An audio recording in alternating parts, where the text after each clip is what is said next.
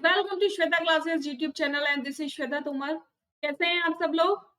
चलिए आज से हम स्टार्ट करने वाले एक न्यू चैप्टर जिसका नाम है पेरीमीटर एंड एरिया। क्लास 6 में भी आपने पढ़ा है ना इसके बारे में थोड़ा बहुत, तो उसी को हम थोड़ा सा और डीप में पढ़ेंगे विद फॉर्मूलाज। इस चैप्टर को कंप्लीट करेंगे। बहुत इंटरेस्टिंग चैप्टर है, शुरू से वीडियो को देखना बिल्कुल लास्ट तक, क्योंकि अगर आपने स्टार्टिंग में स्किप कर दिया तो फॉर्मूलेज आप नहीं समझ पाएंगे, है ना। तो पूरी की पूरी वीडियो आपको देखनी है और देखने के बाद मुझे बताना है कि वीडियो आपको कैसी लगी। ठीक है, चलो स्टार्ट करते हैं। सबसे पहले तो थोड़ा सा इंट्रोडक्शन दे देते हैं कि पेरीमीटर और एरिया है क्या, या किसी भी फील्ड का, चाहे वो स्क्वायर हो, रेक्टेंगल हो, ट्राइंगल हो, पॉलीगोन हो, हम कैसे निकालते हैं, है ना। चलो तो निकालना स्टार्ट करते हैं। सबसे पहले देखो फॉर्मूला क्या है। Perimeter of a regular polygon, polygon मतलब the side which has more than two lines or which have a close figure which is made by more than two lines। एक ऐसी फिगर जो दो लाइन से ज्यादा लाइनों से बनी है और एक क्लोज फिगर है, उसको हम कहते हैं पॉलीगोन ना। तो पेरीमीटर का मतलब क्या होता है बच्चे? पेरीमीटर का मतलब होता है कि कोई भी फिगर आपको दे दी जाए, है ना, कोई भी फिगर आपको दे दी जाए तो इसकी जो साइड साइड की बाउंड्री है ना, बाउंड्री, इसको कहते हैं पेरीमीटर, यानी साइड की बाउंड्री का मेजर लेना।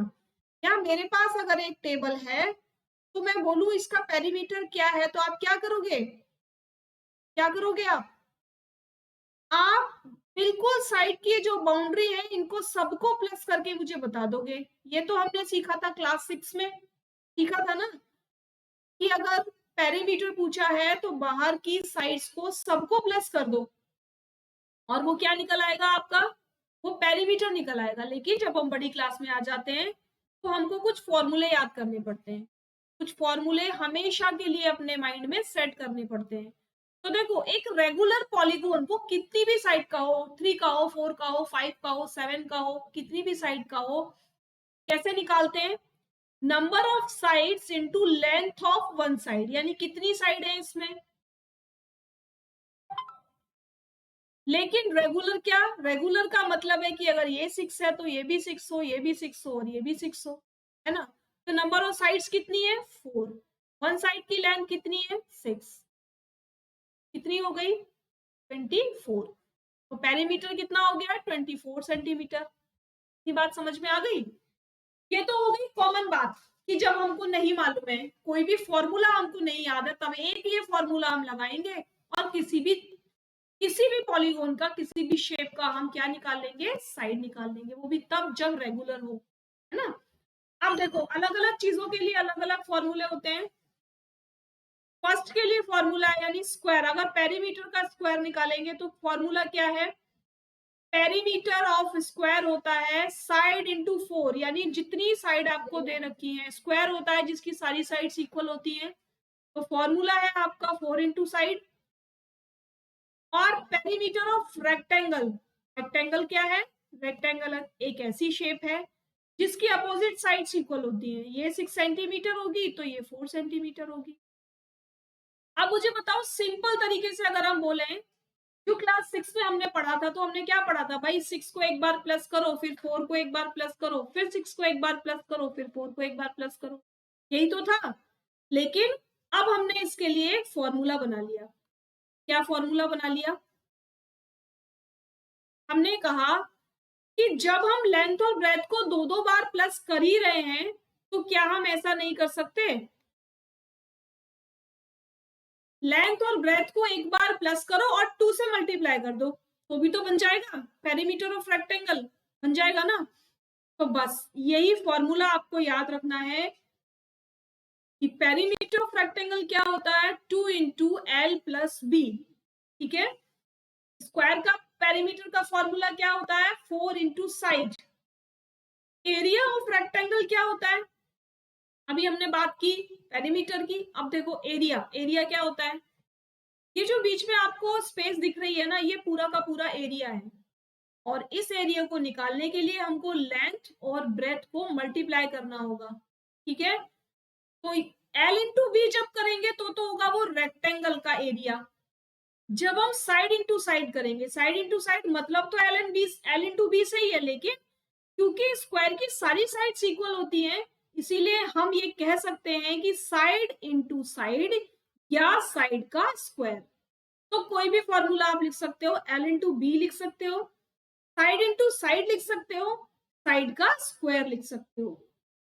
ठीक है।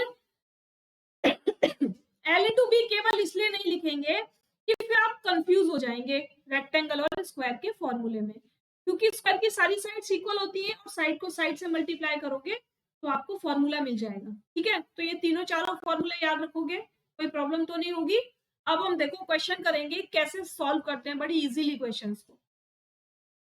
The length and the breadth of a rectangular piece of a land are 500 meter and 300 meter respectively। यानी कोई एक फील्ड है जिसकी लेंथ है 500 मीटर और ब्रेथ है 300 मीटर। Find its area. पहले एरिया निकालते हैं। क्या था भाई रेक्टेंगल का, ऐसे लिखेंगे एरिया ऑफ रेक्टेंगल क्या होता है, एल इंटू बी। ठीक है, तो 500 इंटू 300 क्या होगा, डिजिट का डिजिट से मल्टीप्लाई करो, 5 3 जा 15 और 2 0 ये और 2 0 ये।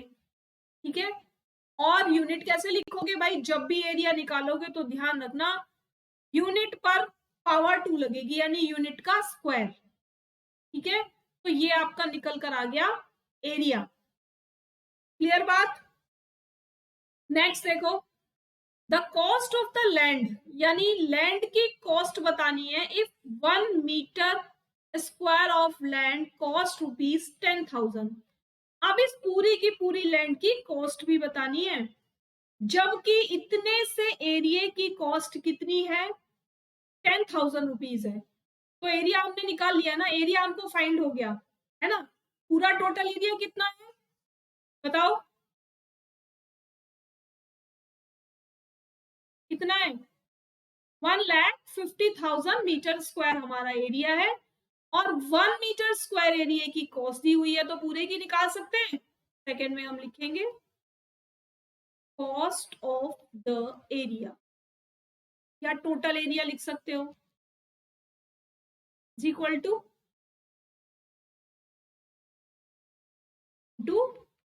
10,000। ठीक है, अब क्या होगा, डिजिट का डिजिट से मल्टीप्लाई करो, 1 2 3 4 0 यहाँ पर है और 1 2 3 4 यहाँ पर है। ये आ गई आपकी रुपीज में। ठीक है, ठीक है, ये आ गई आपकी रुपीज में आंसर।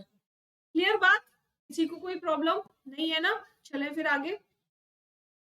नेक्स्ट देखो, find the area of a square park. Square park मतलब इसकी सारी साइड्स बराबर हो, है ना। तो एक साइड दी हुई है 320 मीटर, तो ये भी इतनी होगी, ये भी इतनी होगी और ये भी इतनी होगी। क्लियर। क्या निकालना है, पेरीमीटर। तो पी ऑफ स्क्वायर क्या होता है, क्या बताया था मैंने, 4 इंटू साइड। ठीक है, साइड कितनी है 320, 4 से मल्टीप्लाई कर देंगे, 4 0 0, 4 2 8, 4 3 12। यहाँ पर क्या यूनिट लिखेंगे, यहाँ पर ओनली मीटर या सेंटीमीटर दिया है तो सेंटीमीटर, यहाँ पर पावर नहीं लगाएंगे या स्क्वायर नहीं लिखेंगे। क्यों नहीं लिखेंगे, क्योंकि यहाँ पर हम मल्टीप्लाई नहीं कर रहे हैं, केवल जब हम मल्टीप्लाई करते हैं ना तभी यूनिट्स पर पावर लगते हैं।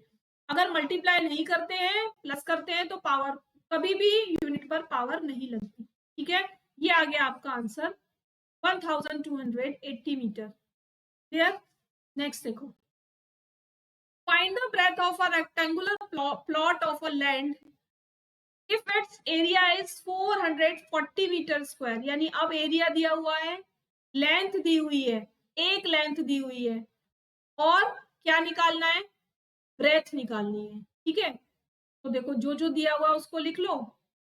a is equal to 440 metre square, l is equal to 22 metre और b is equal to find out करनी है। फॉर्मूला हमको मालूम है, क्या है formula, area of rectangle is equal to होता है l इंटू बी।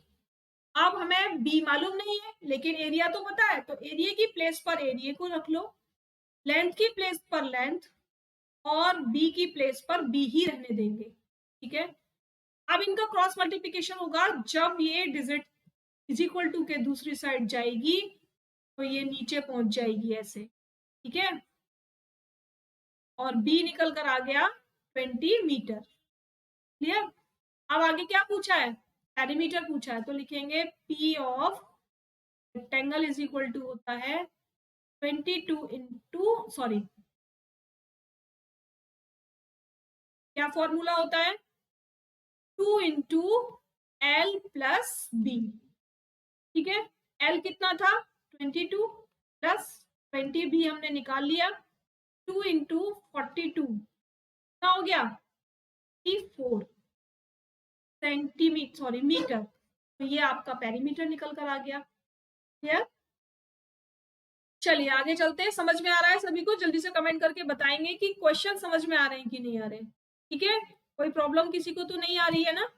चलो नेक्स्ट देखो, the perimeter of a rectangular sheet is 100। अब क्या दिया हुआ है, एक रेक्टेंगुलर शीट है जिसका पेरीमीटर दे दिया, if the length is 35 centimetre, यानी लेंथ दे दी 35 सेंटीमीटर, और क्या पूछा है, ब्रेथ पूछा है,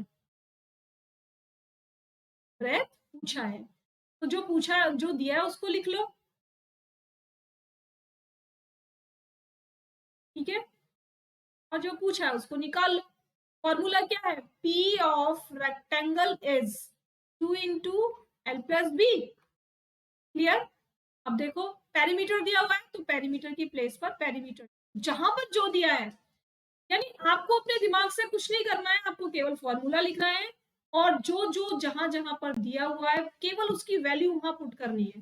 ठीक है, एल कितना है 35, बी नहीं मालूम है, लिखा रहने दो। अब देखो सबसे पहले इसको कट कैसे करेंगे, इसको दूसरी साइड लेके जाएंगे, तो जब ये 2 दूसरी साइड आएगा तो यहाँ मल्टीप्लीकेशन से है ना, ज्वाइन इससे, तो दूसरी साइड जाएगा तो क्या हो जाएगा, ये डिवाइड में चला जाएगा। ठीक है, ये हो गया 50।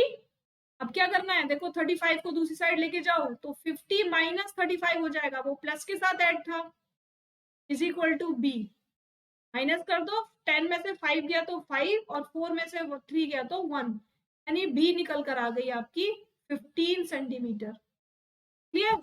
अब क्या पूछा है, अब आपसे पूछा है एरिया बता दो, तो एरिया निकाल लेंगे, एरिया क्या होता है एल इंटू बी। ठीक है, एल हमारे पास थी 35 और बी हमने निकाल दी 15, मल्टीप्लीकेशन कर दो, 15 5 जा 75 और 15 3 जा 45, 45 में 7 प्लस करेंगे तो 52, ये आपका आंसर आ गया सेंटीमीटर। क्लियर बात, सबको समझ में आ गया। कोई प्रॉब्लम कोई डाउट हो तो आप लोग पूछ सकते हैं। आज केवल इतना ही रखेंगे, इससे आगे करेंगे कल की क्लास में, क्योंकि नया चैप्टर है, थोड़ा सा टफ चैप्टर है, तो आप लोग एक बार प्रैक्टिस कर लीजिए। अगर कोई डाउट किसी को है तो आप लोग कमेंट बॉक्स में कमेंट करके मुझसे पूछेंगे। मैंने अपने डिस्क्रिप्शन बॉक्स में नीचे टेलीग्राम चैनल का लिंक भी दिया हुआ है, जहां से आप अपनी क्वेरीज को मुझे पूछ सकते हो ज्वाइन करके। ठीक है, जो क्लास की टाइमिंग है वो 1:30 PM है, यानी 1:30 PM पर डेली आपको एक क्लास मिलती है, जिसे दिन में आप किसी भी टाइम देख सकते हो। फुल बुक है NCERT बेस्ड। ठीक है, इसका सिलेबस मैं आपको कंप्लीट करा रही हूँ, चैप्टर 1 से लेकर चैप्टर 15 तक, और इससे पहले क्लास 6 कंप्लीट हो चुकी है। अगर आपके घर में कोई है बच्चा जो क्लास 6 में है और सिलेबस कंप्लीट करना चाहता है तो वो प्लेलिस्ट में जाकर क्लास 6 में देख सकता है। ठीक है, और अभी तक अगर सब्सक्राइब आप लोगों ने नहीं किया है तो फटाफट सब्सक्राइब करेंगे। आज के लिए केवल इतना ही रखेंगे, तब तक के लिए thanks for watching, bye bye.